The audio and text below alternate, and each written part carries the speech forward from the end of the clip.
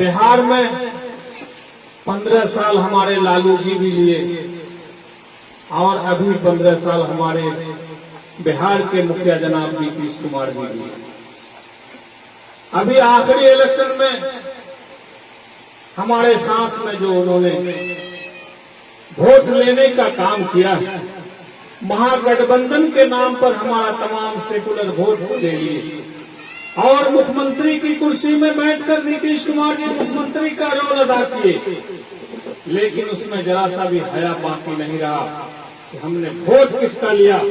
और मैं आज सेकुलर का वोट को लेकर मुख्यमंत्री के कुर्सी में बैठने के बाद भाजपा और आरएसएस के गोद में बैठकर हमने इन लोगों पर पीठ में छुरा घोंपने का काम किया।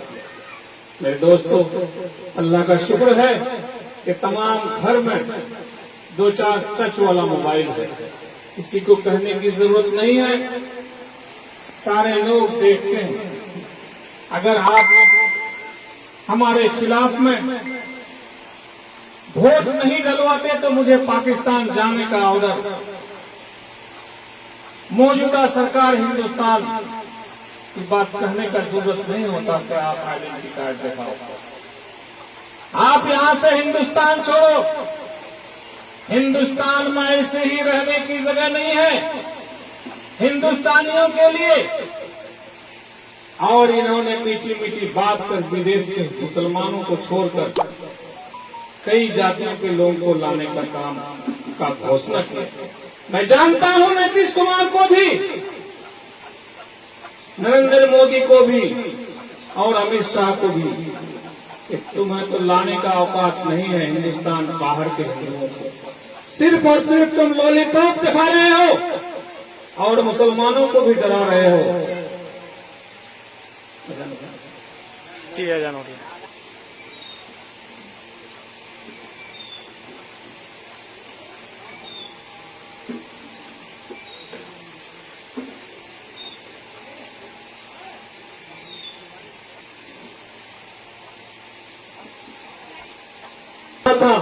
सीए और एनआरसी के बारे में मैं जानता हूं कि सिर्फ और सिर्फ किसी को लॉलीपॉप दिखाकर बहला फुसलाकर अपने ओर लाने के लिए और जो लोग नहीं आना चाहता है उसको धमका के रखना चाहते हैं। दूसरी बात यह है कि हमारे बिहार के मुख्यमंत्री अपने एमएलए और एमपी को कहो कि किसी भी तरह से हम वोट इकट्ठा करें, चाहे जितनी झूठे बोलनी पड़ेगी उसको भी करो, चाहे जो भी हल हथियार इस्तेमाल करना पड़े कर लो। अभी आपके बीच लगभग 1 सप्ताह पहले हमारे यहाँ के मौजूदा विधायक इसी तरह का मीटिंग में कहा जनता कन्हैयावाड़ी में कि हमने 400 सड़क बनवाया है, 400 रोड बनवाया है। मैं उसका लाइन देख रहा था, मैं उससे तुरंत सवाल कर दिया कि मास्टर मुजाहिद साहब, आपने 400 रोड बांधकर विकास का नाम को उजागर कर रहे हो, तुम बताओ कि तुम 400 रोड कहां बांध रहे हो? और 400 रोड के अंदर में अगर 4 रोड भी तुम बता दो कि मेरा ठीक है, उस रोड पर 40 की स्पीड में अगर गाड़ी चली जाए तो मैं आपको बहुत बहुत धन्यवाद दूंगा। आपने जो ये ढकोसलाबाजी करते हैं तो ये बहुत गलत बात है। आपने विकास किया है, मैं मानता हूं, विकास किए हैं अपने जेब के लिए, अपने कमीशन के लिए, अपने लोगों के चेहरे पर चमक और दमक लाने के लिए। उसके 3रे दिन बाद बीरपुर पंचायत में उन्होंने मीटिंग किया। मेरी बात शायद उसको मिर्चाई की तरह से लगी और उसका जवाब में क्या आया जनाब, मैं आप तमाम लोगों को बता देना चाहता हूं। एक विधायक होकर के किस तरह का बात करता है, वो आज भी हम समझते हैं मोबाइल में रखा हुआ होगा। मेरे बारे में बोलते हुए क्या कहता है कि हमको छेड़ोगे तो छोड़ेंगे नहीं। मास्टर मुजाहिद, तुम हमको छोड़ोगे नहीं अगर, तो इजहार मुखिया भी कोई डब्बा का दूध पी के नहीं आया। मेरे लोगों को अगर तुम एक उंगली दिखा दिए तुमको भी इजाजत से बता दे। तुम्हारा जुबान खराब होते जा रहा है। जब हम लोग तस्लीमुद्दीन के साथ में रहा करते थे, रात में 1:30 बजे, रात में 2 बजे, रात में कभी कभी तो ऐसा हुआ है कि हम लोग आकर के अररिया में शहरी खाने का टाइम में आए, उस वक्त भी इंजीनियर लोग बैठे रहते थे। हम लोग उनसे पूरे दिन का हिसाब लेता था कि फलाना आदमी के घर के सामने में जो कीचड़ था उसका नाम क्या था। जब हम लोग नहीं तुरंत बता पा रहे थे तो हम लोग को डांट सुनना पड़ता था। उस तस्लीमुद्दीन के लोगों के साथ में, तस्लीमुद्दीन के साथ हम लोग बहुत इंतजार करते।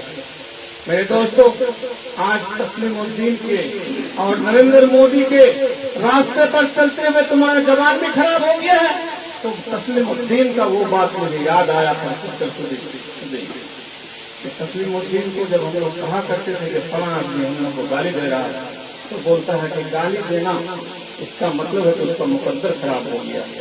हम लोगों ने सवाल किया कि कैसे? वो तो बहुत सीना पर बटन खोल कर क्या करके चलता है। बोला कि तुम बुर्बक हो, तुम किसी गाड़ी पर चलते जाते हो, अगर वो गाड़ी अगर खराब हो जाती है, मोटरसाइकिल अगर खराब हो जाती है, बस ट्रक अगर खराब हो जाती है, सबसे पहले उसका आवाज खराब होता है। इसलिए उसका मुकद्दर खराब हो गया, इसलिए उसका जुबान खराब हो रहा है। मैं आप तमाम लोगों को बता देना चाहता हूँ कि उन्होंने जो इलाके में ठगाई का काम किया, अपने भाई से भाई को लड़वा कर, थाना पुलिस भिजवा कर अपने इलाके का करोड़ों रुपया का जो क्षति किया है, दलाली को जो बढ़ा के रखा है, हर घर से एक एक शरीफ खानदान से अगर कोई आदमी नहीं जाने चाहा फिर भी बहला फुसला कर हमारे बच्चों को रोड पर खड़ा कर देने का काम किया। बीड़ी सिगरेट और तंबाकू खाने का उसको आदत पकड़ा दिया। मैं तमाम लोगों से गुजारिश करता हूँ, इन ढकोसलाबाज आदमी जो अपने फितरत को नहीं बदला, उस जमाने से, जिस जमाने से वो पढ़ाई करता था, मैं तब से मास्टर मुजाहिद साहब को जानता हूँ। पढ़ाई करने के बाद अल्लाह ने उसको मास्टर बनवाया, शिक्षकगिरी किया। आप तमाम लोग जानते हैं कि वो स्कूल का चेहरा नहीं देखते, किसी बच्चे को नहीं तालीम दिया। मेरे दोस्तों, कुछ ही दिन बाद उसे एक बात और उसको समझ में बैठा कि हम राजनीतिक में आए। आने के बाद वो अपने घर में समिति का इलेक्शन लड़ा के जीता और प्रमुख बनने के लिए मेहनत किया। बहरहाल प्रमुख तो नहीं बन सका, लेकिन 2 साल 2.5 साल बाद एक प्रमुख को बैठाने का और दूसरा प्रमुख को उठाने का उन्होंने हमेशा काम किया और प्रखंड को बेच लेने का काम किया। उसके बाद जब एमएलए बना तो कमीशन थोड़ी से उसको फुर्सत लगी। विकास के नाम पर रोड को रिपेयरिंग किया और रिपेयरिंग के नाम पर करोड़ों रुपया अपना जेब भरने का और टिकट भरने का काम किया। मैं आप तमाम लोगों से गुजारिश करता हूँ कि आपने देखा होगा जिस रोड को वो बांधा है उसका लाइफ, और आज से पहले रफीक आलम साहब के जमाने से भी ले लीजिए, अगर एक रोड को अगर रफीक साहब बांध के गए हैं, मुश्ताक साहब बांध के गए हैं, तस्लीम साहब बांध के गए हैं, अख्तरुल ईमान साहब बांध के गए, तो उस रोड का लाइफ कम से कम 5 साल 6 साल 7 साल जाता था। और आज के दिन में हमारे इस नीतीश कुमार के सरकार में हमारे यहाँ के स्थानीय विधायक जहाँ जहाँ भी रोड सड़क पुल पुलिया बांधे हैं उसका लाइफ 3 महीना। मैं तो ये कहूँ कि अगर हम अपने घर वाला रोड जो बहादुरगंज से अमोर और बाईसी जाती है, जो अभी एसेज बन भी गई है, तो कयामत कब होगा? सुना के जुमा के दिन में होगा ना? क्या तो जुमा के दिन रोड बांधा और आने वाला जुमा के दिन एक गेट हमारा बरबट्टा में गड़ा होगा। आप लोग कोई गए होंगे, एक कयामत के तरह से वो जुमा से जुमा के दिन का रोड बांधा। मेरे दोस्तों, अब आइए, जिस स्कूल में बच्चे नहीं हैं उसमें बच्चे को लाने का हम लोगों ने काम किया। जब काम किया गया तालीम का एक मुहिम चलाया और आज हर एक स्कूल में बच्चे हैं। जो स्कूल प्राइमरी था उसको हाई स्कूल बना दिया ये मौजूदा सरकार। जो हाई स्कूल था उसके पेशानी में लिख दिया कॉलेज, और तमाम मेरा पैसा हमारा पैसा बिहार का बिल्डिंग में खर्च किया, इसलिए खर्च किया कि बिल्डिंग में जो भी पैसा लगाएंगे उस पैसा में कमीशन खोरी हमारा जारी रहेगा। मैं उन नीतीश कुमार से कहना चाहता हूं कि तुम हमारा इस पैसे को अगर 50% सिर्फ खर्च कर देते और वो 50% पैसा इत्मीनान से कहीं रखकर जगह जगह हर स्कूल में अगर ये एक शिक्षक को बढ़ा देते तो हम समझते कि हमारा बच्चा आज सिर्फ खिचड़ी खाने के लिए और छोटी डंडा खेलने के लिए नहीं, तालीम हासिल करने के लिए school, primary school, high school और कॉलेज जाता है। आज तुम बता दो कि तुम्हारा स्कूल में कौन सा शिक्षक है? शिक्षक के बिना हमारे बच्चे घर आ जाते हैं, बाद में जब बैठ करके ताश खेलने और गुल्ली डंडक और कोई खेल खेलने जाते हैं। तुमको इस बात का जवाब देना हो। आपने हर एक जगह कहा कि बड़े बड़े हॉस्पिटल 3 मंजिला 4 मंजिला फर्स्ट फ्लोर सेकंड फ्लोर का हॉस्पिटल मैंने मान दिया। मैं तुम्हें पूछना चाहता हूं नीतीश कुमार और नीतीश कुमार के जितने एमएलए एमपी हैं और खास तौर पर मैं अपने यहाँ के मौजूदा विधायक से भी पूछना चाहता हूं कि आपने इस बात के बारे में कहाँ उठाया सर? क्या आपने जाके नीतीश कुमार को या फिर सदन में कहाँ कहा कि हमारे स्कूल में शिक्षक नहीं है, हॉस्पिटल में डॉक्टर्स नहीं है और एक आदमी बीमार पड़ता है, उस आदमी का इलाज के लिए कहीं पर डॉक्टर का इंतजाम नहीं करा रहा है। और आपके हॉस्पिटल जो खुले हुए हैं जगह जगह, मिसाल के तौर पर कोचा धामन, तो जिसने लोगों को यहाँ से भेजा जाता है बस 2-4 मिनट लग करके भेज देता, रेफर कर देता है कि जाइए बड़े डॉक्टर जो है किशनगंज से, ये वही पोस्ट कर देता। मैं इस बात से आप लोगों को वापस कराने के लिए आया।